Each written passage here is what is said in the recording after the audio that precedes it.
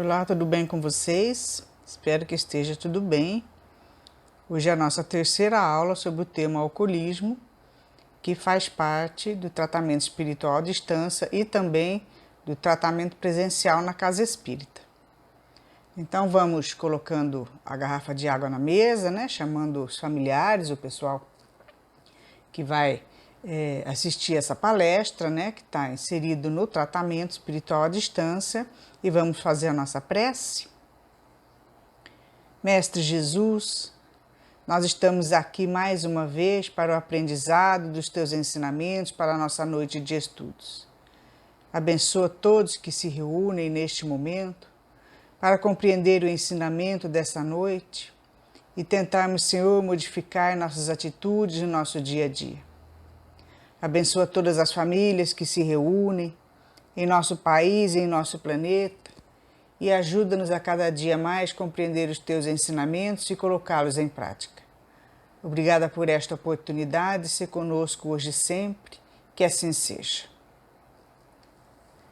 Bom, então nós vamos para o nosso primeiro slide, né, da nossa terceira aula, a última aula do tema alcoolismo.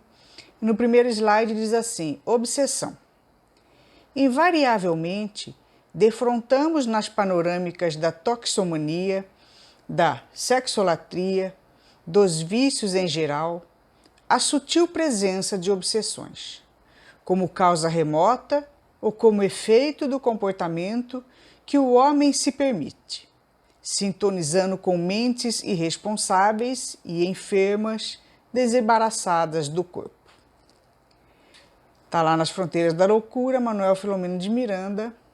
Então, como nós já falamos na aula anterior, né, em todas as nossas explanações sobre obsessão, né, toda vez que nós nos envolvemos com algum tipo de vício, né, no caso nós estamos falando do álcool, nós também estamos na companhia de irmãos desencarnados que nos obsediam, que forçam a nossa vontade de permanecermos no vício e até de potencializarmos, né, essa vontade que nós temos de beber, porque eles são mentes doentes também. Foram seres, quando estavam encarnados, viciados, e que ao desencarnar eles continuam com os mesmos vícios. Eles não conseguiram se desligar dos vícios, ou não tiveram a força de vontade, ou ao mesmo não quiseram, né, se libertar desses vícios, e eles vão ficar perturbando os encarnados que também estão nesse vício, que gostam de beber, que estão nesse vício do álcool ou de qualquer outro vício. Nós sempre teremos a companhia desses irmãos desencarnados que estão doentes à nossa volta quando nós temos determinada atitude que nos leva para o caminho errado, para um caminho prejudicial, seja ele qual for. O processo obsessivo, né, quando nós atraímos irmãos desencarnados, ele está envolvido com todas as nossas atitudes da nossa vida. Então, quem tiver interesse, né, assista a aula, nós temos na playlist aqui relacionada à obsessão, e que nós percebemos, né, e que nós estamos sempre envolvidos, né, por nossos irmãos desencarnados, e que conforme a atitude que a gente tem antifraterna, nós atraímos esses seres que potencializam aquela atitude, aquele sentimento, aquele pensamento no mal ou desregrado que nós estamos tendo. Então, no caso da nossa aula de hoje do vício do álcool, todo alcoólatra, todo alguém que está envolvido com o vício do álcool, ou mesmo quando nós nos reunimos apenas para beber, né, socialmente, onde está envolvido o álcool, também está ali envolvido companhias espirituais, irmãos nossos ainda que são desequilibrados e irresponsáveis e que vão fazer com que os encarnados bebam cada vez mais. E muitas vezes a gente pode ver que nessas rodinhas de bebida, as conversas nunca são tão úteis e nem fraternas. Muitas vezes acaba saindo desavenças, pontos de vista diferentes, brigas, né, em graus diferentes e muitas vezes até homicídio. E justamente às vezes essas situações, muitas das vezes, né, Elas são potencializadas pelos obsessores, que vão fazendo com que o carnado beba cada vez mais, e é quando ele perde o limite, né, o senso da realidade. Então, quando nós vamos para o vício do álcool, vamos perdendo o controle, né, criamos a dependência desse vício, as consequências, elas são muito graves. E elas são consequências sociais, está no livro lá de Irmão X, Cartas e Crônicas, endoidece artistas notáveis, desfibra o caráter de abnegados pais de família, favorece doenças e engrossa a estatística dos manicômios. As crônicas vivas estão nos próprios consumidores, largados à bebedeira, nos crimes que a imprensa recama de sensacionalismo, nos ataques de violência e nos lares destruídos. Então, é muito triste a situação de quem tem um membro alcoólatra na família ou da própria pessoa que vai para o caminho do vício, que não consegue se controlar e que inicia socialmente a beber e depois as coisas vão aumentando, beber para esquecer, para se divertir, para ter prazeres, é quando perde o controle. E nós estamos cansados de ver na mídia, né, artistas que se perderam no álcool, na droga, né?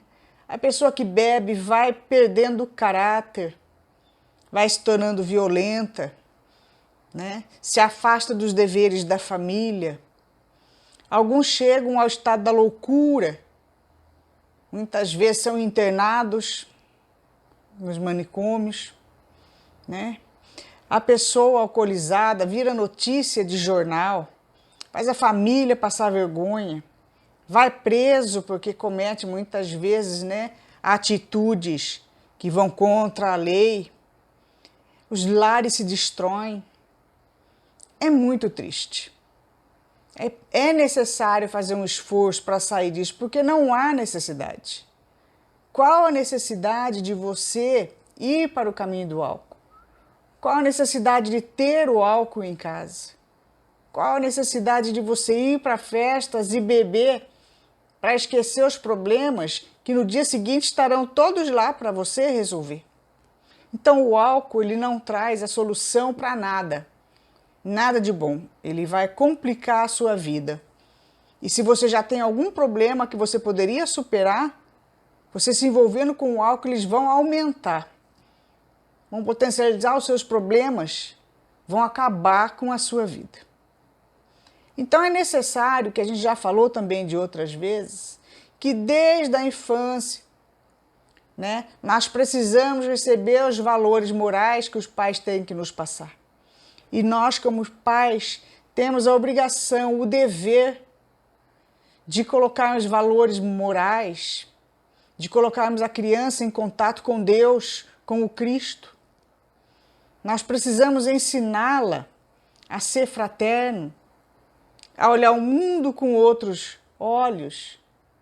É necessário ter esse contato com o Cristo, com a vida espiritual, que é a verdadeira vida, que é para onde nós estamos nos encaminhando. Todos nós estamos nos encaminhando para a desencarnação. E o que nos aguarda ali é a vida espiritual, que é a verdadeira vida.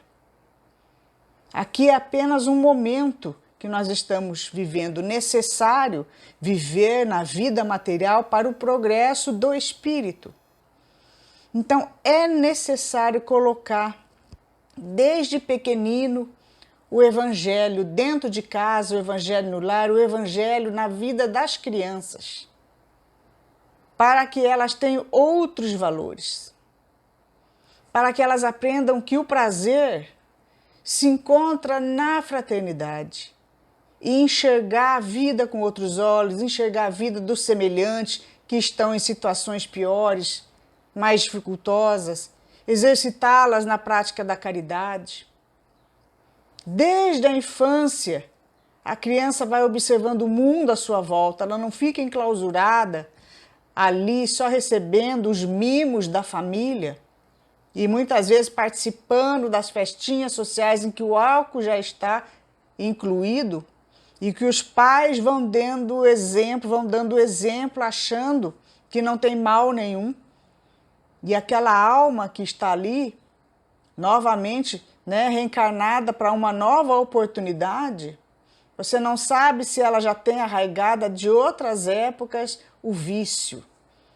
Qualquer tipo de vício ou vício do álcool que você acha que inocentemente, né, está fazendo a sua festinha de final de semana em que ela está ali também inalando, né, aquela vibração, vendo as atitudes dos adultos e se preparando para fazer igual, quando ela também tiver condições e possibilidades. Então, tudo isso que nós fazemos, que os pais fazem no lar ou fora dele, é exemplo para os pequeninos que estão observando. E isso é muito sério, porque aquela alma está retornando para uma nova experiência em que os pais deveriam estar colocando no caminho do bem, na aquisição de valores morais fraternos. Então, aqui no slide número 3, Evangelho na infância.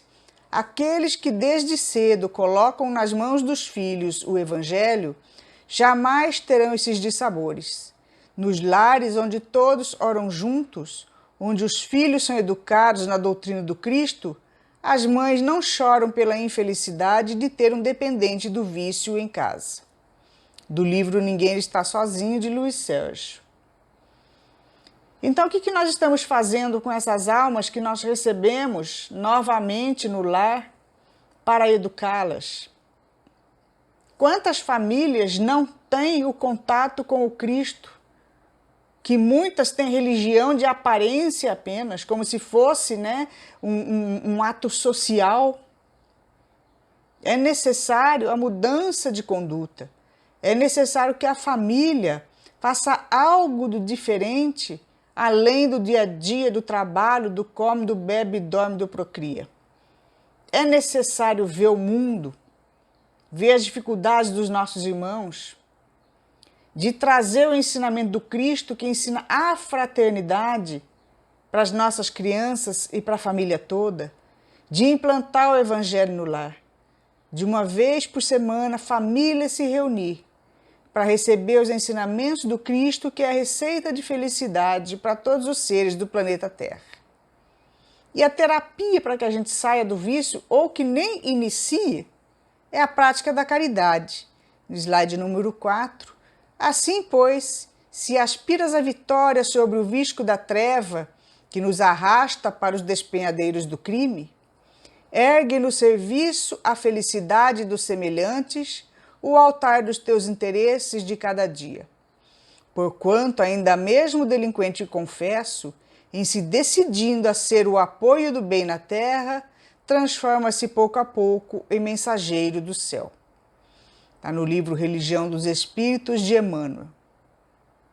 Então, ajudar o próximo, né? Sair do nosso comodismo, da nossa zona de conforto e praticar a caridade, levar os nossos filhos para verem outras pessoas com dificuldades maiores, nós mesmos ir vermos dificuldades maiores que outros irmãos enfrentam, faz com que nós também adquiramos força para enfrentar as nossas dificuldades, para que a gente não busque o álcool para fugir dos problemas.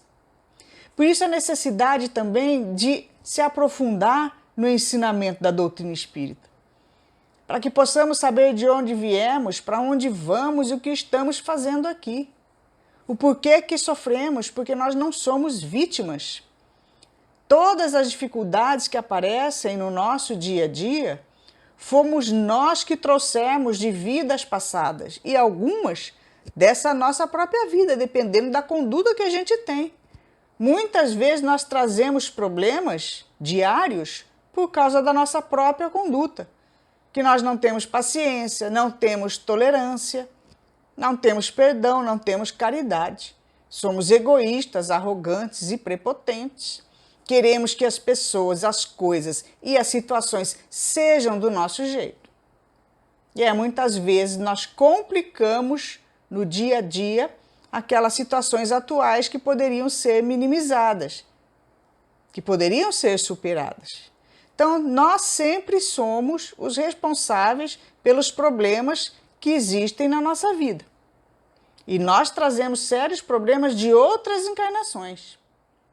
E se nós ainda formos para o vício do álcool, nós estaremos, já preparando seríssimos problemas para outras encarnações. E isso nós vimos na aula passada, na aula número 2 sobre o alcoolismo. Os problemas seríssimos que nós iremos reencarnar em vidas futuras pelo abuso do álcool. Uma outra terapia é a vontade. Poderia sempre o homem, pelos seus esforços, vencer as suas más inclinações? Sim, e frequentemente fazendo esforços muito insignificantes. O que lhe falta é a vontade. Ah, quão poucos dentre vós fazem esforços. Está lá no Livro dos Espíritos, pergunta 909. E é verdade, o que falta é a vontade. Falta vontade para tudo, porque nós não queremos sair da zona de conforto. Mesmo que as coisas não estejam boas na nossa vida, nem dentro da nossa família, nem no nosso trabalho, nós não queremos mudar. Nós não queremos buscar algo que seja diferente daquela mesmice que nós vivemos no dia a dia. Falar então, que nós temos que manter contato com a espiritualidade, com o Cristo, com os mentores, piorou. A maioria não quer, porque é extremamente materialista. Algumas pessoas têm até vergonha de dizer que são religiosas. E aí o que vai acontecer? Nós vamos ficar vivendo vidas materializadas, buscando prazeres materiais e preparando uma próxima encarnação de sofrimento, muito pior do que essa que a gente reclama hoje. Tanto que se a gente fizesse um pequeno esforço de estudar um pouquinho, de buscar conhecimento na área da doutrina espírita para a gente saber quem nós somos, que nós não somos só esse corpo material, que nós vamos ter que prestar conta desse corpo que nós estamos usando de forma emprestada, que nós iremos retornar para a pátria espiritual, ter a vontade de estudar como é a vida lá, o que nos aguarda, a prestação de conta que teremos que fazer, a lei de causa e efeito que rege o universo, a justiça divina. Nós não queremos, nós não temos vontade. Não queremos ler um livro, não queremos fazer a caridade, não queremos estudar, não queremos muitas vezes nem o auxílio que a Casa Espírita oferece. Então, se nós não tivermos a vontade, ninguém pode ter a vontade por nós. Se nós somos os doentes, nós é que temos que ir em busca do tratamento e temos que tomar o remédio, que é a receita que o médico passa. Outra pessoa não pode fazer por nós. Então é necessário ter vontade, tomar uma atitude. Sair do comodismo, da mesmice, sair do vício é possível? É. Mas é necessário ter vontade. Aí todas as ferramentas estão disponíveis para nos auxiliar. Mas se nós não quisermos, ninguém pode fazer por nós. Aqui fala o curso de noções básicas da doutrina espírita, que a gente acabou de falar, e conhecer na Casa Espírita, a questão da vida após a morte, porque a morte não existe. O que morre é apenas o corpo, que é matéria, que vai se deteriorar, mas o espírito continua ativo. A vida no plano espiritual é muito mais ativa, muito mais cheia de opções do que a nossa vida na matéria. Nós teremos que prestar conta das nossas atitudes. Nós temos que aprender a lei maior de amar a Deus sobre todas as coisas e ao próximo como a si mesmo. É essa lei que rege o universo, não é apenas o planeta Terra. O planeta Terra e todo o universo está fadado à lei de fraternidade, de igualdade. Não pode haver essas diferenças que nós vemos na nossa vida, no nosso planeta. De pessoas aparentemente felizes, se dando bem, e outras na miséria, esquecidas pela sociedade. Isso não pode existir.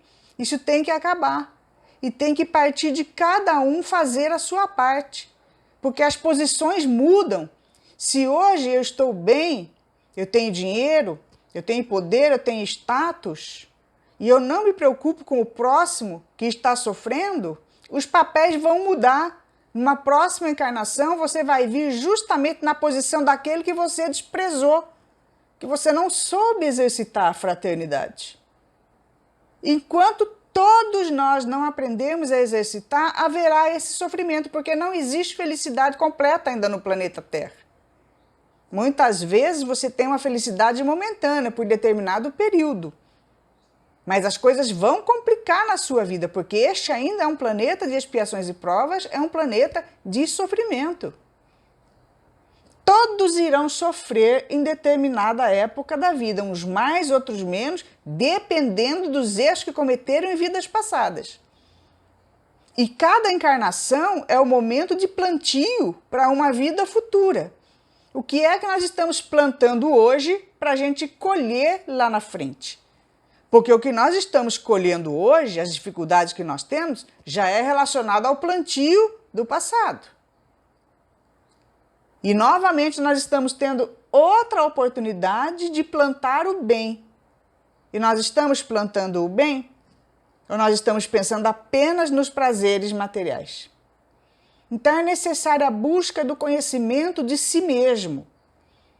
E que o curso de noções básicas da doutrina espírita que a Casa Espírita oferece, ele faz com que você inicie esse conhecimento de si mesmo, com que busque respostas para as perguntas que você deveria estar fazendo, de qual é o objetivo de estar aqui, nesse planeta, vivenciando essa sua experiência.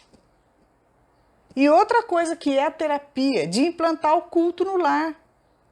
Acende o sol do Evangelho em casa, reúne-te com os teus para orar, e jamais triunfarão trevas em teu lar, em tua família, em teu coração. Que é necessário implantar o Evangelho no lar para termos, pelo menos uma vez por semana, esse contato com o Cristo, com os ensinamentos dele, que é o maior médico de almas que já teve esse planeta. E tudo que o Cristo trouxe de ensinamento é lei universal. É através da prática dos ensinamentos dele que nós encontraremos a felicidade e que haverá a fraternidade e a igualdade nesse planeta. E esse planeta está em vias de entrar para o tempo de regeneração, porque tudo evolui no universo. E aqueles que não tiverem se enquadrado nas leis da fraternidade, tiverem preguiça, praticarem o mal, estiverem mergulhados no vício e não quiserem, dar um passo além no exercício da fraternidade, do auxílio ao próximo e também do próprio auxílio, na tentativa de mudança de se tornar uma pessoa melhor, será afastado desse planeta e estará reencarnando em planetas mais atrasados, aonde você tem mais afinidade com vícios da matéria, com atitudes materiais antifraternas, porque o planeta precisa evoluir. Então nós temos que fazer parte dessa humanidade, dessa comunidade que está mudando o planeta para melhor. E tudo isso a doutrina espírita explica. Ela nos ensina para onde nós iremos conforme for as nossas atitudes quando nós estivermos no plano espiritual. Então é necessário que a gente implante o Evangelho no lar para que nós possamos toda semana analisar os ensinamentos do Cristo, de como nós poderemos praticá-los no nosso dia a dia, de como deve ser o nosso comportamento. Comportamento no bem, o comportamento mais fraterno, mais tolerante, com todas as pessoas do nosso relacionamento, iniciando na família, no nosso trabalho, na comunidade. E quando nós iniciamos o Evangelho no lar, principalmente se alguém está envolvido com o vício, a nossa casa se torna um ponto de proteção, não só dos mentores, mas de toda uma falange enorme de espíritos protetores, até dos vizinhos, porque todas as casas possuem espíritos protetores. Nem todas as casas fazem o Evangelho. Quando a sua se inicia a fazer o Evangelho, os protetores de toda a vizinhança vêm para a tua casa. e ali eles vão manter a proteção durante toda a semana. E começam a tratar os espíritos obsessores, eles são levados para o plano espiritual, são tratados, são afastados. Eles colocam o remédio na água que vai ser fluidificada. Então, na verdade, só traz benefícios. Todas as pessoas que implantam o evangelho no lar, elas sempre comentam, sem exceção, dos benefícios que a reunião familiar, uma vez por semana, para exercitar o aprendizado do evangelho do Cristo, trouxe de felicidade, de melhoria, de harmonia para dentro da família. Se todas as famílias do planeta Terra realmente implantassem o evangelho no lar, o planeta já estaria muito mais adiantado, muito mais fraterno e menos sofredor. As pessoas seriam muito melhores. E no evangelho número 7, no slide número 7, né? Jesus, está lá no evangelho segundo o Espiritismo, deixar que venham a mim os que, tímidos e débeis, necessitam de amparo e consolação. Deixai que venham a mim todos os que sofrem, a multidão dos aflitos e dos infortunados. Eu lhes ensinarei o grande remédio que suaviza os males da vida e lhes revelarei o segredo da cura de suas feridas. Então, se nós estamos precisando de ajuda, e todos nós, habitantes do planeta Terra, precisamos, a cura está no Cristo. A cura está nos seus ensinamentos, porque é o remédio divino que ele trouxe do Criador. É a conduta que nós deveremos ter da fraternidade e da igualdade. É o remédio para a felicidade do planeta, para a felicidade individual de cada ser. Tudo tem solução, todos os problemas têm solução. Em qualquer problema que nós estejamos inseridos, seja do vício, das doenças, de outras tantas dificuldades que acontecem no nosso dia a dia, todos são passageiros, todos têm solução, mas nós temos que ter a força de vontade de ir buscar a cura da nossa alma, de irmos buscar essa solução que só o Cristo tem para nós. Que Ele nos consola, que Ele nos abraça, que Ele nos ensina como nós devemos agir para sermos eternamente felizes. Basta que nós queiramos. Nós precisamos ter a atitude, precisamos ter essa vontade de ir em busca da nossa cura. Tá certo? Então a reflexão de hoje era essa, que Jesus nos abençoe.